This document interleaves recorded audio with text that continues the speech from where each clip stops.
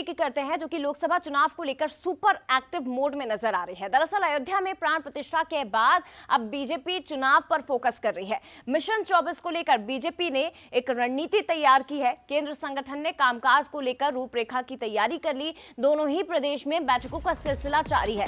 आपको बता दें कि कल छत्तीसगढ़ बीजेपी अध्यक्ष जेपी नड्डा पहुंच रहे हैं। इधर दूसरी तरफ मध्य प्रदेश में भी बैठकें लगातार चल रही हैं। दिग्गज नेताओं के दौरे जल्द ही इन दोनों राज्यों के लिए तय किए जाएंगे। मध्य प्रदेश और छत्तीसगढ़ क्लीन स्वीप को लेकर एक तरफ मध्य प्रदेश में 29 में से 29 सीटें जीतने का लक्ष्य और दूसरी तरफ छत्तीसगढ़ में 11 सीटें जीतने की तैयारी बीजेपी कर रही है। तो एमपी में बीजेपी के पास आपको जानकारी दे दें कि 28 सीटें, केवल एक छिंदवाड़ा सीट जो इस वक्त कांग्रेस के पास है, और दूसरी तरफ अगर छत्तीसगढ़ की बात करें तो बीजेपी के पास 9 सीटें हैं, 2 कांग्रेस ने जीती थी। लेकिन इस वक्त इन दोनों ही राज्यों में क्योंकि बीजेपी की सरकार है और विधानसभा में जिस तरह का बहुमत, जो बम्पर जीत बीजेपी को मिली, उसके बाद बीजेपी के हौसले और भी ज्यादा बुलंद हैं और काफी जोश से भरी बीजेपी अब लोकसभा चुनाव में एक नई रणनीति के तहत आपको आगे बढ़ती हुई दिखाई देगी।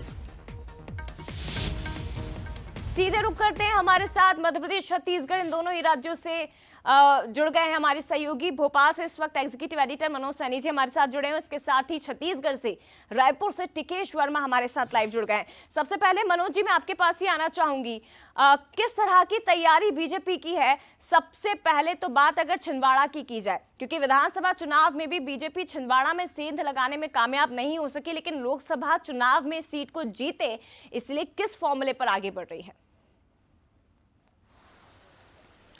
देखिए, भारतीय जनता पार्टी ये तय कर चुकी है कि 28 की जगह 29 सीटें जीत कर आना, और जैसा आपने छिंदवाड़ा का जिक्र किया जाया, यही सबसे बड़ी चुनौती है, क्योंकि छिंदवाड़ा एक बार तो सुंदरलाल पटवा वहां से जीत पाने में कामयाब रहे थे, उसके बाद से कभी बीजेपी के हाथ वो सीट नहीं आ सकी। वो एक वजह और भी है कि नागपुर बड़ा नजदीक है, संघ का जो मुख्य कार्यालय है वो नजदीक, बावजूद इसके वहां तक बीजेपी नहीं पहुंच पाती। इसलिए संघ और बीजेपी दोनों मिलकर वहां की एक रणनीति तैयार किए हैं और प्रयास यही है। आप देखिए, जीत हार का अंतर हमें दिखाई भी दिया। हालांकि अभी हाल ही में सभी विधानसभा भारतीय जनता पार्टी के हाथों से चली गई।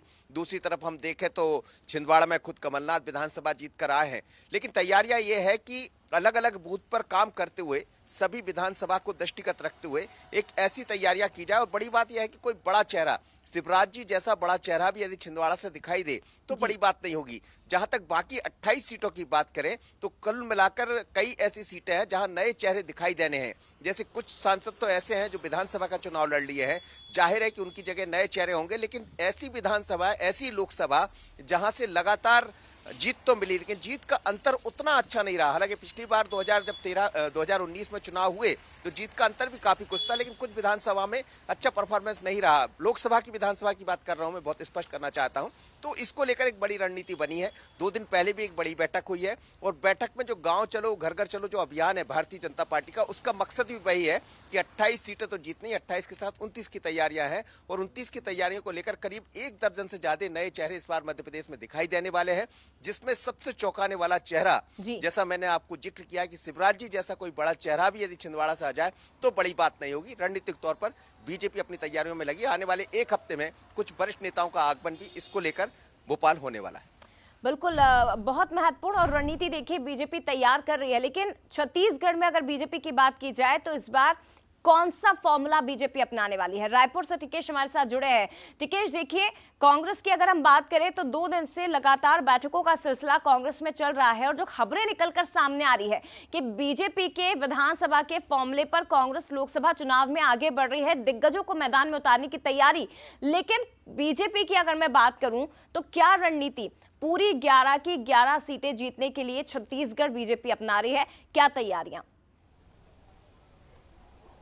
देखिए, निश्चित तौर पर छत्तीसगढ़ में बीजेपी एक्शन मोड में लोकसभा चुनाव को लेकर तमाम केंद्रीय मंत्रियों का दौरा छत्तीसगढ़ में जारी है। तमाम विधानसभा क्षेत्र हो या फिर लोकसभा क्षेत्र हो, तमाम जगहों पर दौरा जारी है। कुछ दिन पहले बीजेपी ने मैराथन बैठक किया था, जिसमें कई मसलों पर चर्चा हुआ। प्रदेश प्रभारी ओम माथुर ने उन तमाम मसलों पर चर्चा करते हुए तमाम निर्देश भी दिए हैं। तो निश्चित तौर पर बीजेपी आने वाले समय में गाँव चलो अभियान चलाने का ऐलान तो कर दिया है, और यह अभियान 11 फरवरी तक तमाम जगहों पर चलाया जाएगा। मोदी सरकार की योजना योजनाओं हो या फिर विष्णुदेव साय सरकार की योजना है, तमाम योजनाओं को धरातल यानी कि गांव-गांव तक पहुंचाने की तैयारी है।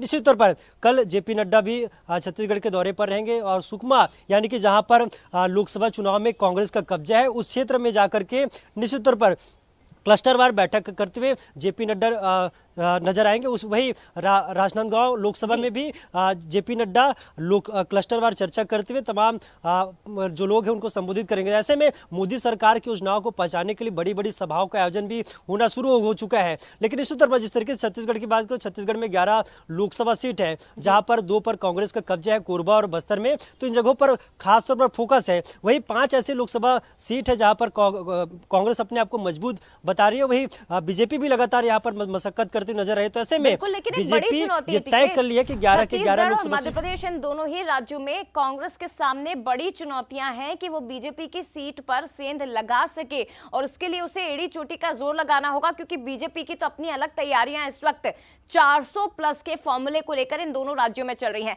फिलहाल शुक्रिया आपका तमाम जानकारी के लिए टिकेश। इसके साथ ही मनोज जी आपका भी बहुत धन्यवाद। तो बता दें